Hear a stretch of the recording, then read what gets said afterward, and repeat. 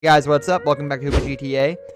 Everyone's been awaiting Grand Theft Auto 6 ever since Rockstar revealed that not only was it in the works, but it may be released pretty soon. GTA is easily one of the most popular video games in the world, and even 7 years after its release, people still love GTA 5. That has to mean something. Details about the game have been kept secret to increase anticipation, but thankfully some tiny snippets have been teased here and there. Welcome to Rio de Janeiro. While it is no secret that Grand Theft Auto cities are inspired by real-life places in the world, something we have never ever seen before is a non-American city being portrayed. The newest version of everyone's favorite game will not pay homage to the Brazilian city of Rio de Janeiro. This means layouts none of us are used to, no more of the classic clean streets of Los Angeles. Oh, sorry, I mean Los Santos. See, the fictional world is so similar to the real one, it's difficult differentiating them. If you've seen Rio de Janeiro in real life or in the movies, you may be able to get the gist of the new world. In case you weren't aware, Vice City represents Miami, and Liberty City is supposed to be modeled after New York City. Rockstar always bases their settings off real-life places, and they've done a great job thus far. Graphics unlike Red Dead Redemption. It's been a while since we've seen a GTA game, specifically 7 years, so we have no idea what the graphics could look like since technology has certainly come a long way.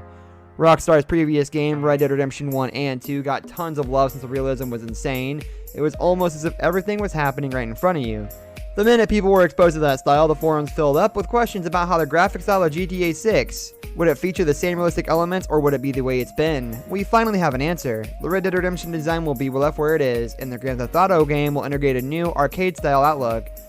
While not as immersive as realism, it will work very well since it deals with so much gore. Realistic weather. Now this isn't huge, especially for people who care very little for the tiny realism details, but getting real weather is going to make missions all the more challenging. Like in real life, plans will often go awry due to the unpredictable nature of the weather, and this feature will also be introduced to GTA 6.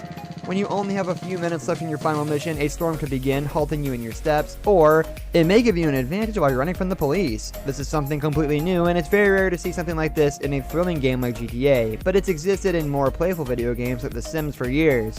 Imagine your car sledding on an ice-packed road, or instead of falling into a lake, you could just drive right on top of it.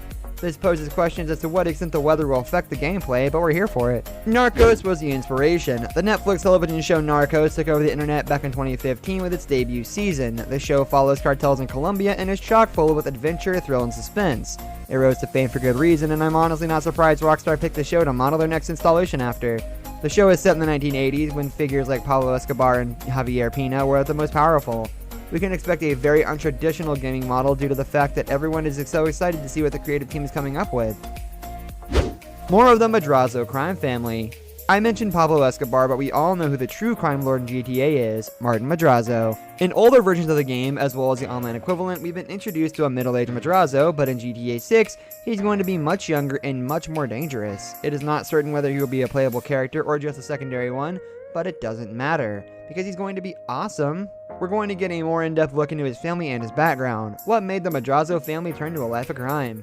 Multiple chapters. Grand Theft Auto has never used a chapter system. What this is a sort of level gameplay. To move on to a level, or in this case chapter 2, you will need to successfully complete a mission. Once there, you'll need to complete increasingly difficult tasks to move forward. Each chapter introduces a new storyline and some new side characters as well. The forums are bursting with this information because where there's chapters, there's competition. Much more interactive. What Rockstar is aiming for is gameplay like no other. They want to make it feel like you're watching an episode of Narcos, so be ready for a lot more reading and comprehending. GTA has had very minimal subtitles in previous versions, so this will be new for most of us, if not all. You're looking at more conversations between characters, more background information being available, and so much more.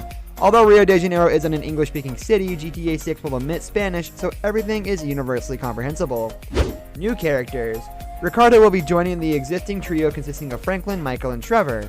We've gotten used to becoming the latter three since those guys are all we've ever known. Little information is out regarding his role in the game, so it's possible the three friends never meet our new character. This brings us to the end of our video. I hope you enjoyed it. Hit like if you did, and don't forget to subscribe to our channel so you don't miss out on any of our videos in the future. Also watch the 2 videos that are on your screen because I'm sure you'll love them. With that, I'll see you in the next video.